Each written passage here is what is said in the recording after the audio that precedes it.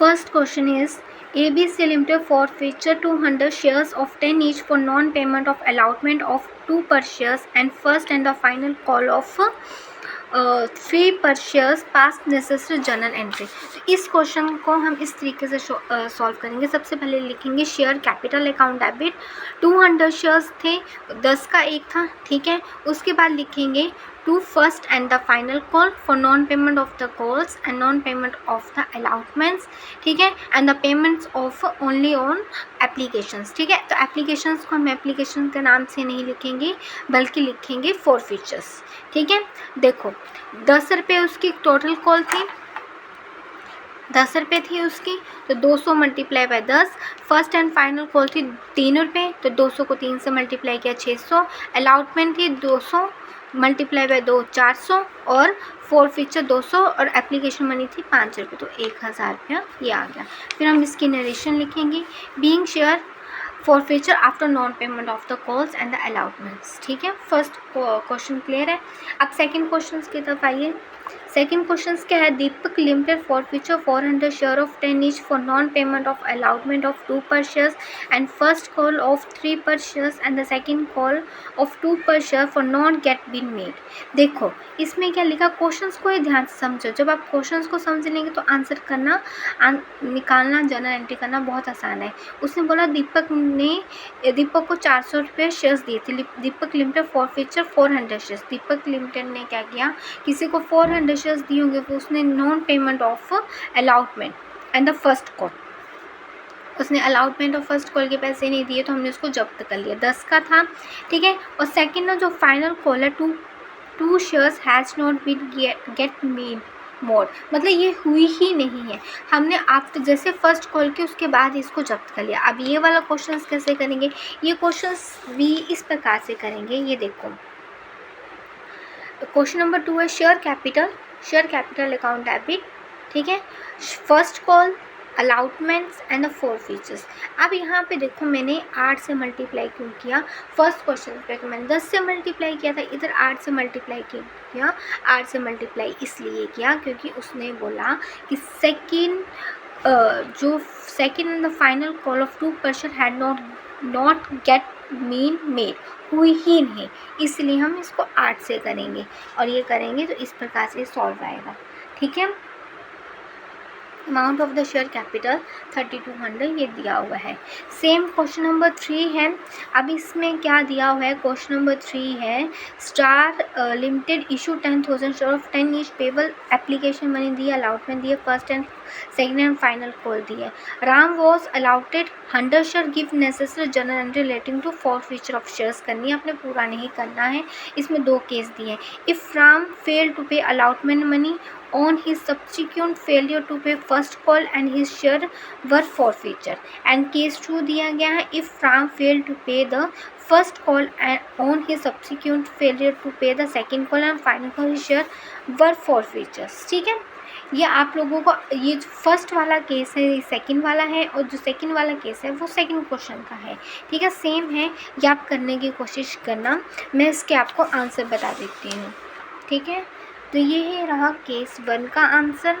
Same इसमें after first call के बाद उसको फॉरफीचर्स कर लिया है और सेकंड कॉल में कब किया है, आफ्टर सेकंड कॉल, ठीक है। तो ये फर्स्ट का आंसर है और ये सेकंड का आंसर है। आई होप आपको ये वाला चीज़ समझ में आ गई हो। चलो अब फोर्थ क्वेश्चन करते हैं। फोर्थ क्वेश्चन क्या है, a share holder holding 300 share of 10 each issue at the premium of 2 per share failed to pay allotment and the first and the final call. His shares were forfeited. The amount payable was 4 on application, 5 on allotment including premium and 3 on first and final call past necessary journal entry. देखो ये आपने ध्यान में रखना है कि अब आया ये प्रीमियम वाला केस। प्रीमियम में 2 तरीके का होता है। अगर आप इसमें आपको ध्यान, अगर आपने प्रीमियम की राशि एक बार दे दी है तो उसको दोबारा फॉरफीचर में नहीं लिखेंगे, अगर आपने नहीं दी है तो आप लिखेंगे। इसको याद करने का तरीका ये है कि अगर आपके शेयर तब फॉरफीचर हो रहे हैं जब प्रीमियम की राशि थी, तो आपने जब दी ही नहीं है तो आपका तो नुकसान है, इसलिए आप उसको शो करेंगे, ठीक है। अगर उसने प्रीमियम की राशि देने के बाद जब किए तब आपको पता है कि इसने एक बार प्रीमियम दे दिया, तब हमें क्या नुकसान होगा, बार बार थोड़ी नुकसान को बताते हैं, बस ये चीज़ों को ध्यान रखना। अब इसका आंसर कैसे आएगा, इसको इस प्रकार से करेंगे, शेयर कैपिटल अकाउंट डेबिट। देखो सिक्योरिटी प्रीमियम रिजर्व लिखेंगे, मैंने एसपीआर लिखा, आप एसपीआर नहीं लिखेंगे, आप security premium reserve account debit to first and final call to share allotment to share for future.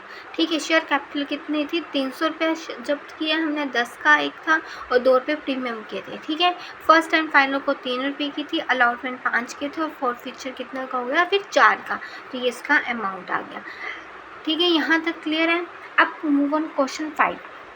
Question number 5 में क्या है, a share holder holding 300 share of 10 each issue at the premium 2 per share failed to pay allotment in the first and the final call. His share were forfeited. The amount payable to on application, 5 on allotment including premium, 3 on first and final call.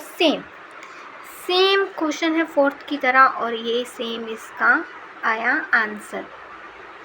देखो fourth और fifth तो बिल्कुल same आ रहा है। ठीक है, अब move on करते हैं 6 क्वेश्चन में। 6 क्वेश्चन क्या है, पान Bihar limited for future 200 share of 10 each issue at the premium of 2 per share of non payment of allotment and the first and the final call. The amount is payable as for an application, 6 on allotment including premium and first and final call 2 rupees. Pass necessary journal entry on forfeiture of share.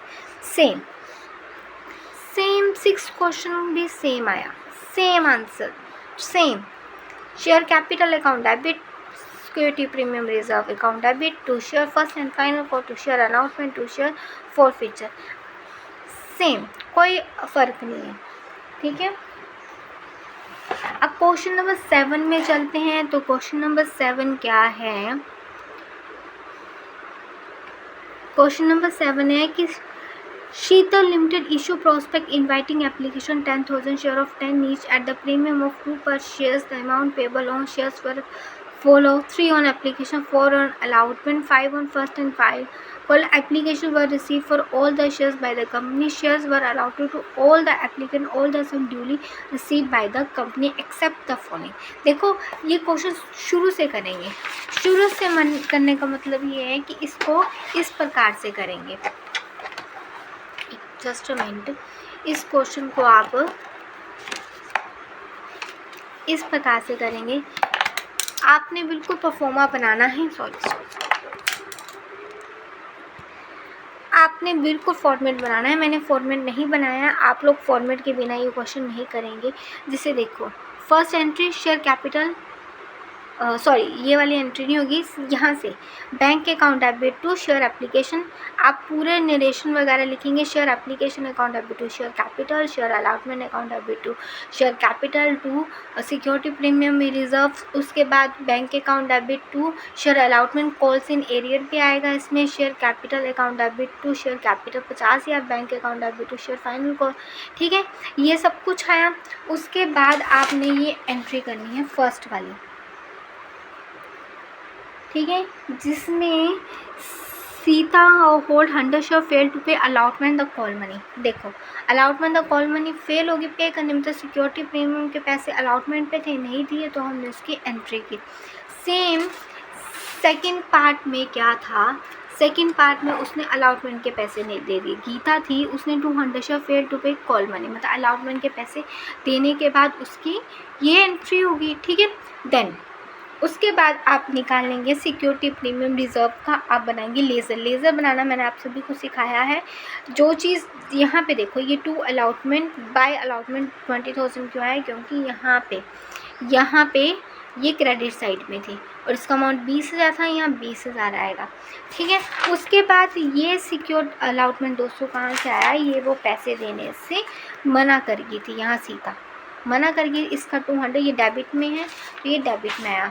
ठीक है, और कोई entry नहीं थी, इसको plus minus किया और ये 19,800 आया।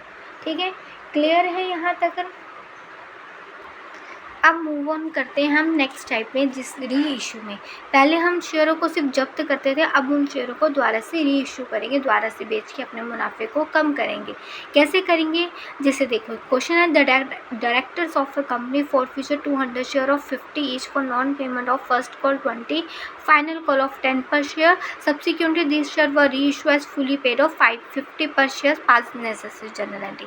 सिंपल क्वेश्चन है, सिंपल, देखो सिंपल है। Share capital account debit to final call first call of 4 features, amount आ गया। अब इसको री इशू किया, लेकिन री इशू कितने में किया? 50 रुपये में। देखो 50 का शेयर था, 50 में ही द्वारा उसको बेच दिया, ना हमें नुकसान हुआ ना हमें प्रॉफिट हुआ। जब ये ऐसे एंट्री होगी bank account debit to share capital, ये आप लिखेंगे 2000 मल्टीप्लाई 50 1 लाख आ गया। ये क्लियर है। लेकिन इसके बाद ये एंट्री करना सब बच्चे भूल जाते हैं। इस पैसे को हम फोरफीचर के पैसे को कैपिटल रिजर्व में हम ट्रांसफ़र करेंगे। आप सब जानते हैं कैपिटल रिजर्व क्या होता है, ठीक है, क्लियर है। तो ये 40,000 कहाँ से आया? यहाँ पे देखो फोरफीचर किया, फर्स्ट फोरफीचर क्रेडिट, और क्रेडिट में जो भी चीज़ होती है नॉमिनल रूल्स के अकॉर्डिंगली वो क्या होती है? हमारा प्रॉफिट होती है, तो उसको हम यहाँ पे ट्रांसफ़र कर देंगे। क्लियर है। उसी तरीके से 9th क्वेश्चन है, अ holders 100 shares of 10 each on which he has paid 1 per share application money. B 200 shares of 10 each, he paid 1 and 2 application allotment money. C holds 300 shares of 10 each, he had paid only 1 and 2 and 3. They all failed to pay their arrear on the second call and therefore forfeiture their shares. The shares are reissued subsequently at for 11 per share as fully paid up. इसमें कुछ नहीं है, simple entry करेंगे जैसे हमने पहले किया था। मैंने कंबाइन एंट्री की है, नहीं आपको समझ में आएगी ये कंबाइन एंट्री तो आप मुझे बताना, मैं आपको दोबारा से एक्सप्लेन कर दूँगी। उसके बाद इसको री इशू किया 11 पे, ठीक है, री इशू किया 11 पे, सिर्फ हमें प्रॉफिट हुआ है, यहाँ पे हमें कोई नुकसान नहीं हुआ क्योंकि यहाँ फोरफीचर नहीं है। तो ये 2500 हम कहाँ डाल देंगे? कैपिटल रिजर्व में। आई होप आपको ये क्लियर हुआ हो। अब थोड़ा जो क्वेश्चन नंबर 10 है उसको समझना। जब आप ये समझ लेंगे तो आप बड़े से बड़े जो हम आगे क्वेश्चन करने जा रहे हैं 21 से, वो आपको समझ में आ जाएंगे, ठीक है। Rajeev limited forfeits 100 shares of 10 each 715 paid and non payment of 250, ठीक है, मतलब 2 रुपये 2.5 रुपये से उसने नहीं दिए और 7.5 रुपये उसने दे दिए। सिंपल है, ये आपको समझ में आ गई होगी। Share capital account debit to share final call and to share forfeitures, ये समझ में आ गया, ठीक है। उसके बाद इसने क्या बोला कि हमने उसमें से जो टोटल 800 शेयर्स है उसमें से सिर्फ 600 शेयर्स को री इशू किया, लेकिन 6 रुपये में किया। उसको सब फर्स्ट टाइम जब इशू किया था वो 10 रुपये में किया था, और अब उसको कितने में री इशू कर रहे हैं? 6 रुपये में कर रहे हैं, ठीक है। और कितने कर रहे हैं? 600। बैंक अकाउंट डेबिट हो 600, शेयर फॉरफीचर, देखो 10 का शेयर 6 में बेच रहे हैं तो 4 रुपये का नुकसान हुआ, तो डिस्काउंट ना लिख के, उसको लॉस ना लिख के हम क्या लिखते हैं? Share forfeitures. Account debit to share capital 6000, ये आया 3600 और ये 2400, ठीक है। उसके बाद हम इसको कैपिटल रिजर्व में पैसा ट्रांसफ़र करेंगे, लेकिन देखो यहाँ 2100 कैसा है? आप बोलोगे हम 6000 में से 2400 गए तो 2100 तो रहते नहीं, तो ये कैसे आया? ये कैसे आया? ये देखो, वर्किंग नोट बनाएंगे। If 800 shares for future amount 6000, यदि 8000 अंशों को जब्त करने का अमाउंट 6000 है तो एक शेयर को जब्त करने का अमाउंट कितना होगा? 6000/800, ठीक है।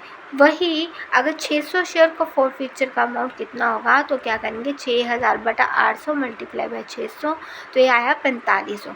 इस 4500 को ये 600 शेयर्स का फॉरफीचर का ये हमें लाभ है, और उसको 600 शेयरों को दोबारा से रीइशू करने पे 2400 हमें नुकसान हुआ, तब ये आया हमारा 2100।